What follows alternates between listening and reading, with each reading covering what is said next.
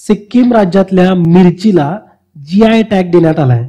GI म्हणजे काय, तर जॉग्राफिकल इंडिकेटर. हा टॅग सिक्कीमच्या मिरचीला देण्यात आलाय. सिक्कीमची एक वेगळ्या प्रकारची मिरची आहे जिला डेल खुर्सानी असं म्हटलं जातं. थोडं सोपं आहे लक्षात ठेवायला. डेलचे लॅपटॉप असतात पण स्पेलिंग वेगळं आहे बरं. स्पेलिंग इथं DALLE आहे. तर डेल खुर्सानी, तर ही जी एक सिक्कीम मधली मिरची आहे, तर या मिरचीला जीआय टॅग देण्यात आलाय. भौगोलिक संकेत ज्यावेळेस दिला जातो, भौगोलिक मानांकन ज्यावेळेस दिलं जातं, तर ती त्या वस्तूची इंटरनॅशनल व्हॅल्यू किंवा त्या प्रदेशासाठीच एक चांगला एक फायनान्शियल व्हॅल्यू वाढवून ठेवणारी गोष्ट असते. त्या भौगोलिक स्थानामध्ये एक नवीन प्रकारच्या रोजगार निर्मितीच्या संधी मिळू शकतात आणि त्या एखाद्या वस्तूची किंमत किंवा वस्तू जी आहे तर ती त्या ठिकाणाचे अट्रॅक्शन सुद्धा असते. बऱ्याचशा गोष्टी या जीआय टॅगमुळे शक्य होतात. तर असा जीआय टॅग हा रिसेंटली सिक्कीमच्या मिरचीला देण्यात आलाय. तर त्या रिलेटेडच आपण बरीचशी इन्फॉर्मेशन बघणार आहोत. तर असाच एक इंटरेस्टिंग क्वेश्चन तुम्हाला इथं दिलाय. खालीलपैकी अयोग्य जोडी कोणती? रसगुल्ला डॅश ओडिशा. म्हणजे इथं एक पर्टिक्युलर त्या क्षेत्रामधला कुठला प्रोडक्ट आहे की ज्याला जीआय टॅग दिलाय. तर अशा प्रकारच्या इथं जोड्या दिलेल्या आहेत. शॉर्टमध्ये क्वेश्चन लिहिलाय, थोडंसं तुम्ही समजून घ्या. तुम्ही लोक सगळे स्मार्ट आहात, थोडं तुम्हाला पटपट समजून येईल. खालीलपैकी अयोग्य जोडी कोणती? तर आहे रसगुल्ला ओडिशा, ब आहे हमरम मिझोराम आणि क आहे कंदागी साडी तामिळनाडू. याच्यापैकी अशी कुठली तरी एक अयोग्य जोडी असेल की ज्या जोडी म्हणजे ते पर्टिक्युलर राज्य आणि तो जीआय टॅग असलेला पदार्थ किंवा प्रोडक्ट ते मॅच होत नाहीये. अशी एखादी जोडी जर असेल तर तुम्हाला आन्सर त्याचं यायला पाहिजे. आपण सुद्धा या क्वेश्चनला ट्राय करूयात सॉल्व्ह करण्यासाठी. पण असे क्वेश्चन तुम्ही एक्झामसाठी एक्सपेक्ट करू शकता. एमपीएससी असेल किंवा कुठल्याही स्पर्धा परीक्षांमध्ये आपल्याला थोडे जीआय टॅग वरती बरेचसे क्वेश्चन येतात. तर जीआय टॅग संदर्भात आपण सिक्कीमला जो टॅग मिळालाय तो आपण व्यवस्थितपणे जाणून घेऊ. सिक्कीमच्या मिरचीला जीआय टॅग मिळालाय ना, तर तो व्यवस्थितपणे बघून घेऊ. ठीक आहे. तर सिक्कीमची मिरची कुठली आहे? फर्स्ट ऑफ ऑल त्याचं नाव लक्षात ठेवा. डेल खुर्सानी असं त्या मिरचीचं नाव आहे. तर याला जीआय टॅग दिलाय. उद्योग आणि अंतर्गत व्यापार संवर्धन विभागाने प्रकाशित केलं आणि त्यानुसार भौगोलिक संकेत कुठल्या कुठल्या पदार्थांना देण्यात आले त्याचं एक जर्नल प्रकाशित करण्यात आलं आणि त्यामध्ये सिक्कीमच्या मिरचीचा उल्लेख आहे. ही मिरची 1 लाख ते 3.5 लाख SHU तर या श्रेणीमध्ये ठरवली आहे.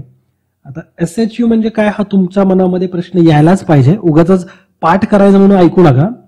SHU म्हणजे काय, तर हे एक युनिट आहे जे की तिखट चव मोजण्यासाठी वापरलं जातं.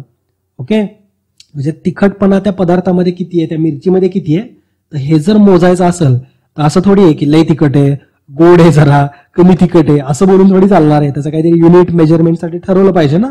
तर सिक्कीमची ही मिरची 1 लाख ते 3.5 लाख SHU तर या श्रेणीमध्ये मोडली जाते. SHU चा लॉंग फॉर्म लक्षात ठेवू शकता.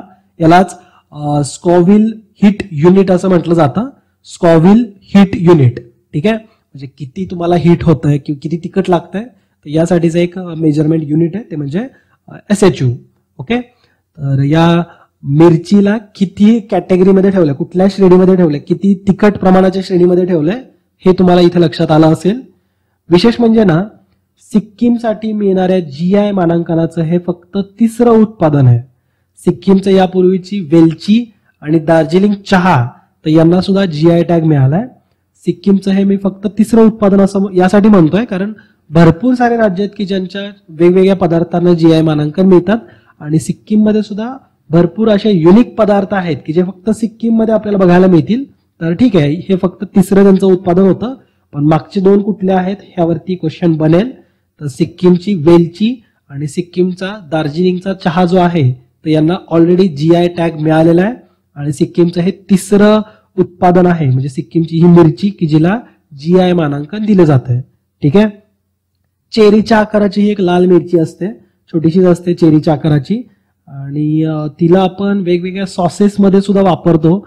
म्हणजे आपण जे मोमो वगैरे बनवतात ना, मोमोसाठी जे सॉस असतात तर त्यामध्ये हिचा वापर केला जातो. लोणचं म्हणून सुद्धा ही मिरची बनवतात. पेस्ट बनवण्यासाठी हिचा वापर केला जातो. तर अतिशय म्हणजे टेस्टी अशी मिरची आपण वेगवेगळ्या पदार्थांमध्ये ऑलरेडी खात आलोय. पण अनफॉर्च्युनेटली आपल्याला माहिती नसेल. ठीक आहे, मला पण माहिती नव्हतं. आणि हे जीआय मानांकन हे देशामध्ये भारत सरकारच्या अंतर्गत दिले जातात. आंतरराष्ट्रीय पातळीवर सुद्धा संस्था आहेत की ज्यामार्फत जीआय टॅग दिला जातो. तर भारत सरकार अंतर्गत जे जीआय टॅग दिले जातात तर त्याला त्या वस्तूचा उत्पादनाचा दर्जानुसार किंवा गुणवत्तेनुसार ते मानांकन दिले जातात. त्याच्यासाठी ऍप्लिकेशन करावं लागतं आणि हे मानांकन हे औद्योगिक धोरण व प्रोत्साहन या विभागाअंतर्गत दिले जातात. केंद्र सरकारचा जो विभाग आहे औद्योगिक धोरण आणि प्रोत्साहन, तर या विभागाअंतर्गत हे मानांकन जारी केले जातात. ठीक आहे. हे मानांकन एक प्रकारचं चिन्ह असतं आणि त्या उत्पादनाच्या मूळ भौगोलिक स्थानाकडे ते एक निर्देश करतं की हे पर्टिक्युलर जे उत्पादन आहे तर ते या ठिकाणचं आहे. तर त्यामुळे एक आंतरराष्ट्रीय पातळीवरती बाजारपेठेमध्ये त्याची मागणी सुद्धा वाढते. ठीक आहे. तर आपल्या देशामध्ये भरपूर सारे उत्पादनं आहेत ज्याला भौगोलिक मानांकन मिळालेत. तर माझा तुम्हाला या लेक्चरच्या माध्यमातून एक छोटासा क्वेश्चन आहे, थोडं होमवर्क करा की महाराष्ट्रामध्ये मिळालेल्या एकूण 5 पदार्थांची किंवा 5 उत्पादनांची तुम्ही नावं कमेंट करून कळवा की ज्यांना जीआय मानांकन मिळालंय. ठीक आहे. तर महाराष्ट्रामध्ये 5 तुम्हाला आरामात सापडतील. तुम्हीच बघा तुमच्या आजूबाजूच्या किंवा तुमच्या गावामधलं किंवा तुमच्या जिल्ह्यामधला एखादा पदार्थ असेल की ज्याला मानांकन मिळालंय. ओके. आपण या क्वेश्चनकडे येऊयात. खालीलपैकी अयोग्य जोडी कोणती? रसगुल्ला. रसगुल्ला म्हणलं की लगेच वेस्ट बेंगॉल आठवतो. तर मित्रांनो ओडिशाच्या रसगुल्ल्याला सुद्धा जीआय टॅग देण्यात आलेला आहे. तर ही जोडी सुद्धा बरोबर आहे. हमरम हे एक मिझोराम मधलं एक हँडलूम प्रकार आहे, म्हणजे एक कापड तुम्ही म्हणू शकता की जे बनवलं जातं अगदी हाताने विणलं जातं. तर ते मिझोराम मधलंच आहे. तर हे सुद्धा पेअर योग्य आहे. आणि कंदागी साडी ही तमिळनाडूमधलीच आहे. तुम्ही भरपूर साऱ्या साऊथ मूव्हीजमध्ये बघितलं असेल, जर नीट ऑब्झर्व केलं असेल ना, तर तमिळनाडूचे जे मूव्हीज आहेत ज्यावेळेस चेक्सच्या साड्या असतात ना, छोटे छोटे चेक्स असतात बघा, चौकोन केलेले असतात, बऱ्याचशा मूव्हीजमध्ये यूज केली जाते. तर कंदांगी साडी ही तमिळनाडूचीच आहे. तर ब क तिन्ही जोड्या योग्य आहेत. अयोग्य जोडी शोधायची होती, एकही नाही. पर्याय क्रमांक 4 हे या क्वेश्चनचा आन्सर राहील. ओके. तर कन्फ्यूज करणारा क्वेश्चन होताच. तर अशा प्रकारचं कन्फ्युजन तुमचं एक्झाममध्ये व्हायला नको. त्यासाठी जीआय मानांकन ऑलरेडी विजन गव्हर्नमेंट जॉबवरती भरपूर सारे त्या रिलेटेड लेक्चर्स आहेत. प्लीज बघा. वेगवेगळ्या क्षेत्रामध्ये जे मानांकन दिले जातात त्याविषयी बरेचसे लेक्चर्स तुम्हाला मिळून जातील. तर नक्की न चुकता ते बघा. या लेक्चरमधून तुम्हाला ऍटलीस्ट सिक्कीमच्या डेल खुरसाणाची माहिती समजली, सिक्कीमच्या मिरचीविषयी माहिती समजली, हीच एक अपेक्षा.